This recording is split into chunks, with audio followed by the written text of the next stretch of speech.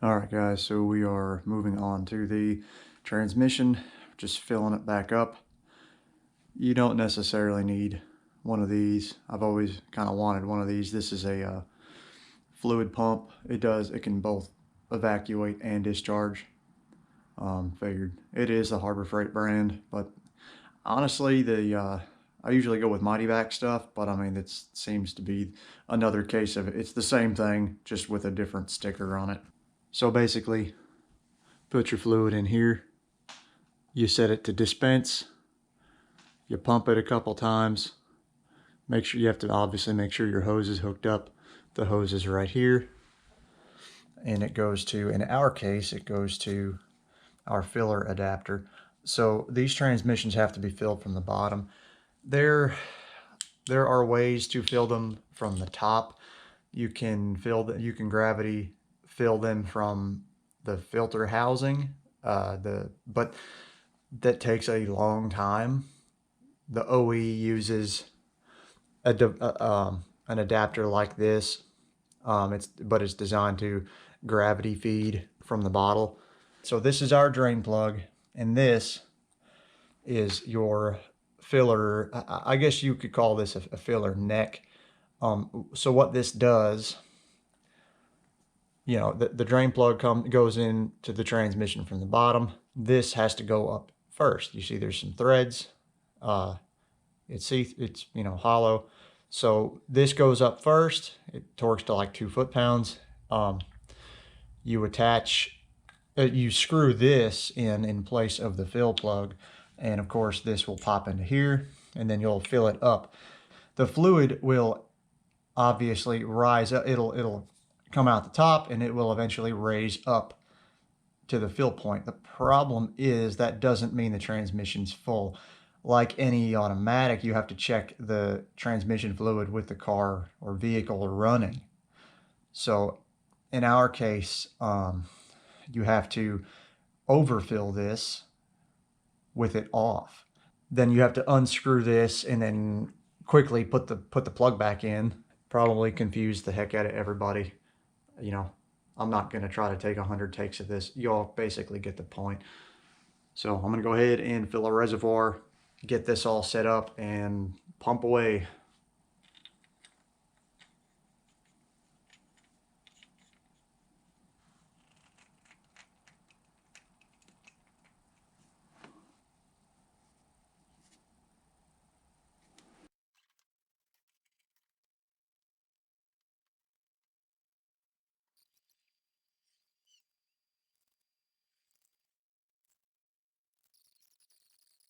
So this is ready to go.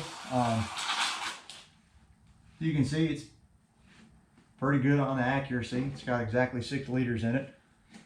So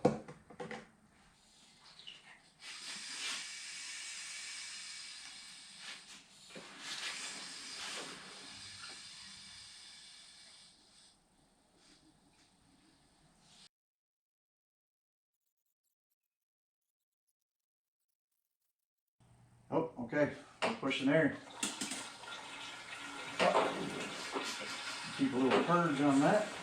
Okay, I'm going to open the reservoir on the pump to bleed the excess pressure off, at least slightly, so when I take that hose off, it doesn't spray everywhere.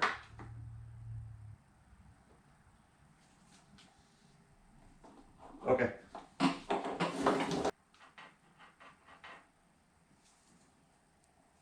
Why do I have 2 gallons on?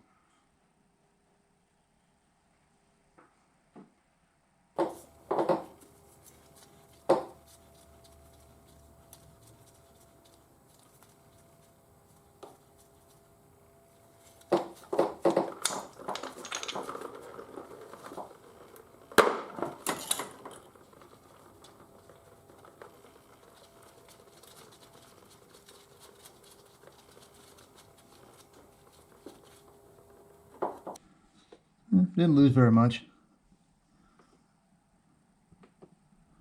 Probably could have been a little quicker about it, but that's not so bad. There's just a very little bit left in the hose, and then I'll just tighten that up. Obviously, I'm not going to torque it yet because I've got to get it running. And so now the next step is once this reaches, let me just find out.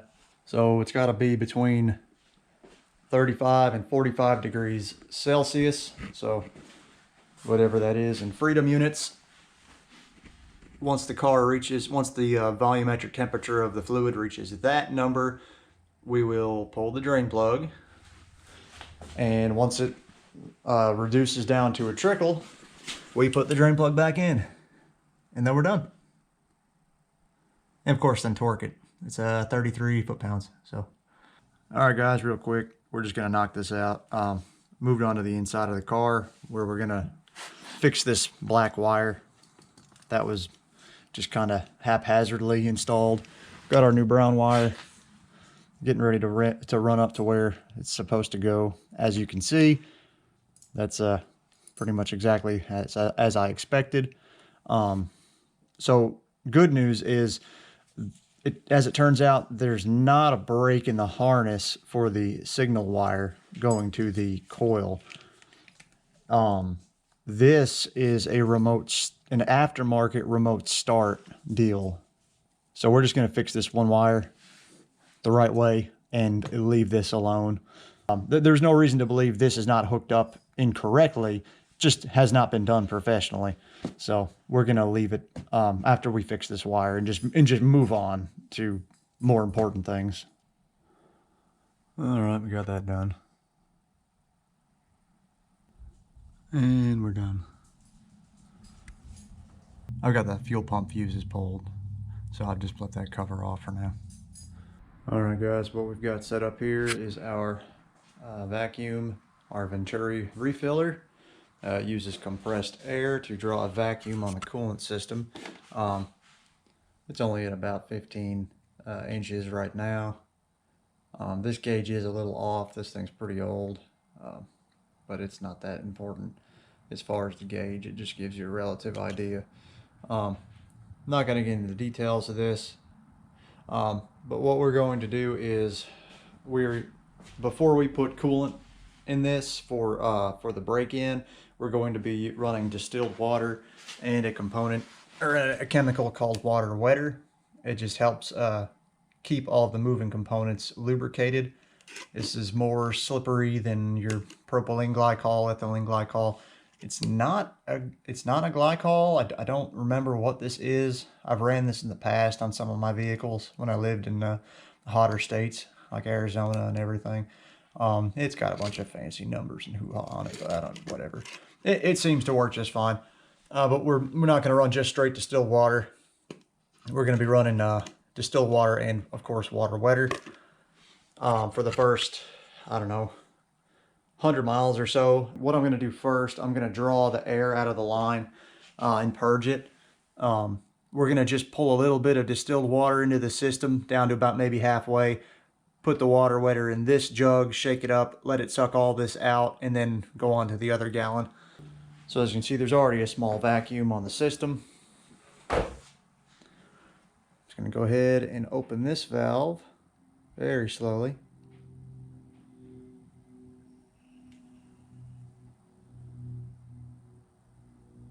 And that's drawing the air out of the line.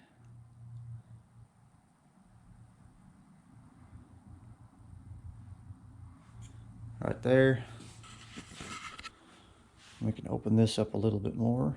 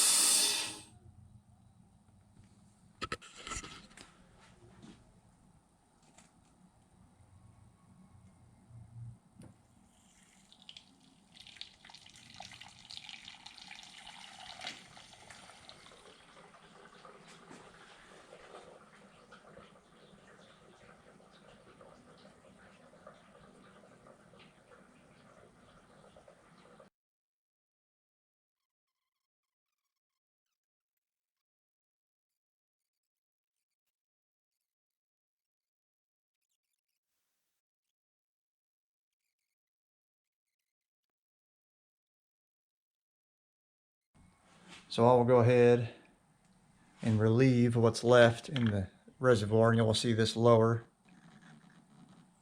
All right, so we're loose. So I will take this off. That might even be the fill mark. Oh, we're above the fill mark, but that's not that big of a deal. I can pull some out of there if I need to. Anyway, so now we have some extra of that stuff. So what I've got is the genuine stuff that the motor calls for. While we're over here, I'll show you. This is temporary. This is just for braking. This is just to make sure we are getting oil pressure once the motor's running, and then I'll just take this back apart and plug the sensors in and be done with it. Coolant's in, oil pressure sensors hooked up, the tranny fluid is in, the engine oil is in. Guys, the last thing to do at this point is to take the tape off of our spark plug holes, hook up the battery, see if we can get this thing to crank.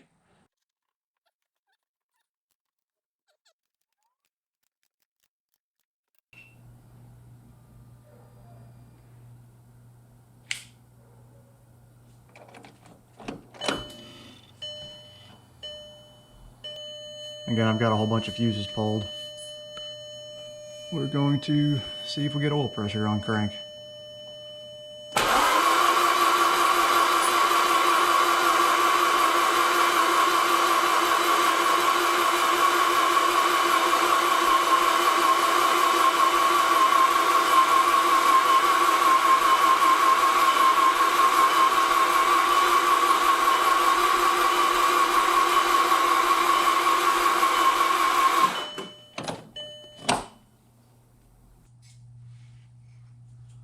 Guys, we got the battery unhooked again. We got oil pressure on cranking, which is what we wanted. The coolant's in, the tranny fluid's in, oil's in. We've got our oil pressure gauge set up, ready to go. We've got oil pressure. The only thing stopping this motor from running are a couple of fuses, the spark plugs, and the coil packs. That's it. It'll run. We're not going to just hop in there and do it, have our victory dance, because there are rules. So, like I stated earlier with the transmission deal, we've got to have I'm going to have the car up in the air, and I got to get it centered in the shop a little bit more. I'll have it backed out a little for the exhaust. Two things. Once it's running, I got to hold the RPM at about 2 grand, 2,500.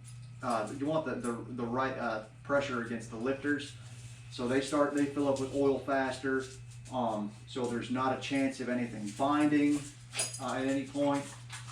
We've got fresh bearings. You want to give everything the chance to at least seat more or less where it's going to seat. Not that it hasn't already. It's very hard to explain.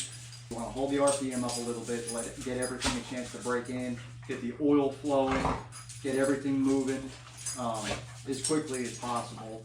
You're not going to rev the piss out of it. Like I said, only about 2 grand, a little bit off idle.